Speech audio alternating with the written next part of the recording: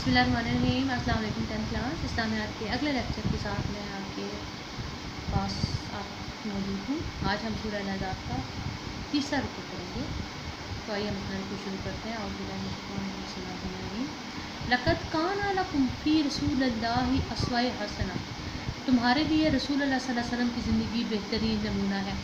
लिमन काना यरजुल्लाह वल यौमिल आखिर व ज़करल्लाह कसीरा, उस शख्स के लिए जो अल्लाह पर यकीन रखता है, क़यामत के दिन पर यकीन रखता है और जो अल्लाह ताला का कसरत से ज़िक्र करता है। और ज़ाहिर ये तमाम खूबियाँ किस में पाई जाती हैं? एक मोमिन में पाई जाती हैं कि उसका अल्लाह पर भी यकीन है, उसको ये भी पता है कि क़यामत आनी है और वो अल्लाह का ज़िक्र भी कसरत से करता है। उसे ये भी पता है क़यामत मेरे अल्लाह के सामने रूबरू भी पेश होना है। तो उस शख्स के लिए, उस मोमिन के लिए आप सल्लल्लाहु अलैहि वसल्लम की ज़िंदगी बेहतरीन नमूना है। वलम्मा रअल मोमिनून अल अहज़ाब, जब मोमिनों ने लश्कर को देखा, कालू कहने लगे, हाज़ा मा वादनल्लाहु व रसूलहु, ये वही है जिसका अल्लाह और उसके रसूल ने हमसे वादा किया था। वसदक़ल्लाहु व रसूलहु, और अल्लाह और उसके रसूल ने अपने वादे को सच कर दिखाया। वमा ज़ादहुम इल्ला ईमानन व तस्लीमा, इससे उनका ईमान और उनकी अताअत और ज़्यादा हो गई। मिनल मोमिनीना रिजालुन, मोमिनों में से कुछ मर्द ऐसे थे, सदक़ू मा अहदुल्लाह अलैहि, जिन्होंने अल्लाह से किए हुए वादे को सच कर दिखाया। फ़मिनहुम मन कज़ा नहबहु, बाज़ ऐसे हैं जो अपनी नज़र से फारिग हो गए।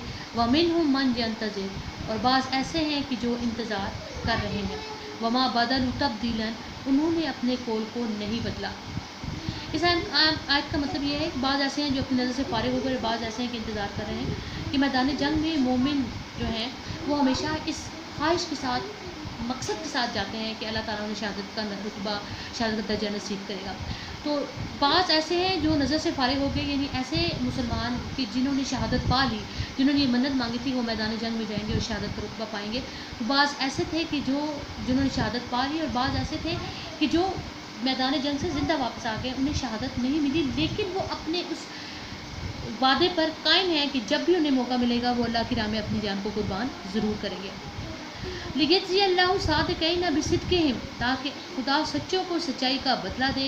व युअज़्ज़िबल मुनाफ़िक़ीन, और मुनाफिकों अज़ाब दे। इन शाअ औ यतूबु अलैहिम, और चाहे तो उन पर मेहरबानी करे। इन्नल्लाह काना गफ़ूरर रहीमा, बेशक अल्लाह ताला बख्शने वाला और मेहरबान है। वरदा अल्लाहुल्लज़ीना कफ़रू, और अल्लाह ताला ने बेग़ैज़िहिम, और अल्लाह ताला ने काफिरों को गुस्से से भरा वापस भेज दिया। लम यनालू खैरा, और वो कोई भलाई हासिल न कर सके। तकरीबन 20 से 22 दिन जब उन्होंने मदीना मुनव्वरा का, मक्का का मुहासरा किए रखा, और जिस मकसद के लिए वो आए थे, मुसलमानों को रिश्ते नाबूद करने के लिए, अल्लाह ताला ने उन्हें उसमें कामयाब नहीं होने दिया। तो वो इसी गुस्से से भरे हुए अपने घरों को वापस चले गए और अपने मकसद में कामयाब ना हो सके। वक़फ़ा अल्लाहुल मोमिनीना क़िताल, और अल्लाह मोमिनों को लड़ाई में काफ़ी हुआ। वकान अल्लाहु क़विय्यन अज़ीज़ा, और अल्लाह ताला ताकतवर और ज़बरदस्त है। वअंज़लल्लज़ीना ज़ाहरूहुम मिन अहलिल किताबि मिन सयासिहिम, और अहले किताब में से जिन्होंने इनकी मदद की थी, इनको इनके किलों में उतार दिया। वक़ज़्ज़ाक़ फ़ी क़ुलूबिहिमुर रूब, और उनके दिलों में मुसलमानों का रौब डाल दिया कि वो मुसलमानों का मुकाबला करने से घबराते थे। फ़रीक़न तक़्तलूना, कितनों को तुम कत्ल करते थे। व तासिरूना, और कितनों को तुम कैद, फ़रीक़न, और कितनों को तुम कैद कर रहे थे। व औरसकुम, और तुमको वारिस बना दिया। अर्ज़हुम, उनकी ज़मीनों का। व दयारुहुम, और उनके घरों का। व अम्वालुहुम, और उनके माल का। व अर्ज़म लम ततऊहा, और उस ज़मीन का जिस पर तुमने पाँव नहीं रखा। यहाँ पे इस मौके पर अल्लाह ताला ने आप सल्लल्लाहु अलैहि वसल्लम के ज़रिए मुसलमानों को बशारत दे दी थी कुछ ऐसे इलाकों की कि जो इन्हें बग़ैर किसी जंग के, लड़ाई के ही मुसलमानों के कब्ज़े में चले जाएंगे, मुसलमानों को वहाँ पर फ़तह हासिल होगी। वकान अल्लाहु अला कुल्लि शैइन क़दीर, और अल्लाह ताला हर चीज़ पर कुदरत रखने वाला है। अब इसके बाद इसके अल्फाज मानी हैं जो आपने, जिस तरह पहले 2 रुकू के अल्फाज मानी आपने अपनी नोटबुक पे किए हैं, इसी तरह आपने बार बार सूरत का नाम नहीं लिखना, सिर्फ तीसरा रुकू लिखेंगे और अल्फाज के मानी उतारेंगे। तर्जुमा याद करने से पहले ज़रूरी है कि आप अल्फाज मानी को याद करें। अब हम इबारत के मफ़हूम की तरफ आएंगे। मफ़हूम जब आपने अपनी नोटबुक पे उतारना है, जो भी मैं आपके सामने पढ़ूँगी, मफ़हूम को सुनकर आप इसे अपने अल्फाज में भी लिख सकते हैं। اس میں آپ اس کی عربی لکھیں گے، پھر آپ اس کا ترجمہ لکھیں گے. ترجمہ میں بھی بتاؤں گی بھی، اگر میں نہیں تو آپ یہاں اپنے رکوع میں سے بھی ترجمے کو دیکھ کر لکھ سکتے ہیں. پھر آپ مفہوم کی ہیڈنگ دے کے آپ نے اس کو اپنے الفاظ میں ایکسپلین کرنا ہے کہ اس میں کیا کہا گیا ہے. تو پہلا ہے اس میں بسم اللہ الرحمن الرحیم، لقد کان لکم فی رسول اللہ اسوہ حسنہ، کہ تمہارے لیے رسول اللہ صلی اللہ علیہ وسلم کی زندگی جو ہے وہ بہترین نمونہ ہے. تو اس کا مفہوم یہ ہوگا کہ اس آیت کو آپ صلی اللہ علیہ وسلم کے صرف جنگی کردار کے ساتھ مخصوص کرنے کی کوئی وجہ نہیں ہے. آپ صلی اللہ علیہ وسلم کی زندگی کا ہر کردار آپ صلی اللہ علیہ وسلم کی سیرت پاک کا عمدہ نمونہ ہے. آپ صلی اللہ علیہ وسلم کو بیٹے، باپ، تاجر، منصف، معلم، رہنما اور سربراہ مملکت کسی بھی حیثیت سے دیکھ لیجئے، آپ صلی اللہ علیہ وسلم کا ہر کام اخلاق کا اعلیٰ نمونہ ہے.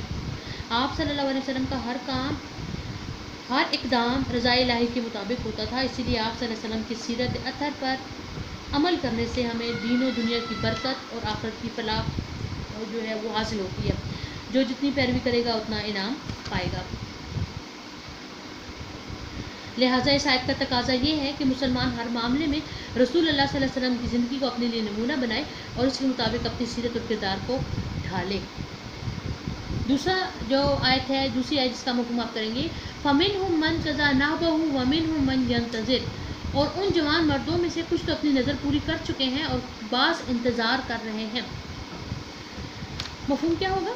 وہ خوش قسمت جان باز جنہوں نے شہادت کی نظر مانی تھی وہ پوری ہو گئی، یعنی وہ شہید ہو گئے، اور باقی سرفروش منتظر ہیں کہ کب اللہ تعالیٰ انہیں اس عظیم مرتبے سے نوازتا ہے.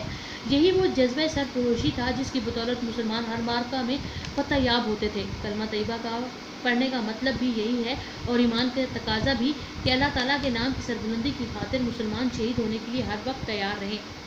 مومنین جب جنگ کے لیے نکلتے تو اسی جذبے سے سرشار ہوتے تھے.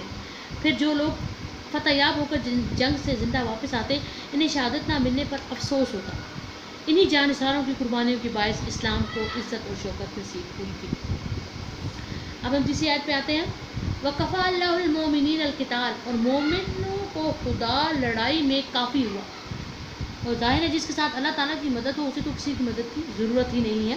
خدا مومنوں کے لیے تو ہر لڑائی میں کافی ہوتا ہے، لیکن یہاں اللہ تعالیٰ اپنے خصوصی لطف و کرم کا اظہار جنگ احزاب کے بارے میں کرتے ہیں. تو تم نے دیکھا کہ کفر کس شان و شوکت سے مدینہ پر حملہ آور ہوا تھا، اور تقریباً 12,000 جنگجوؤں پر مشتمل لشکر جرار مسلمانوں کو نست و نبود کرنے اور اسلام کا نام و نشان مٹانے کے لیے آیا تھا. ان کے پاس بڑی تعداد میں گھوڑے اور اونٹ بھی تھے. جنگی نقطۂ نظر سے مدینہ میں مسلمانوں کی مٹھی بھر فوج ان کے سامنے کوئی حیثیت نہ رکھتی تھی.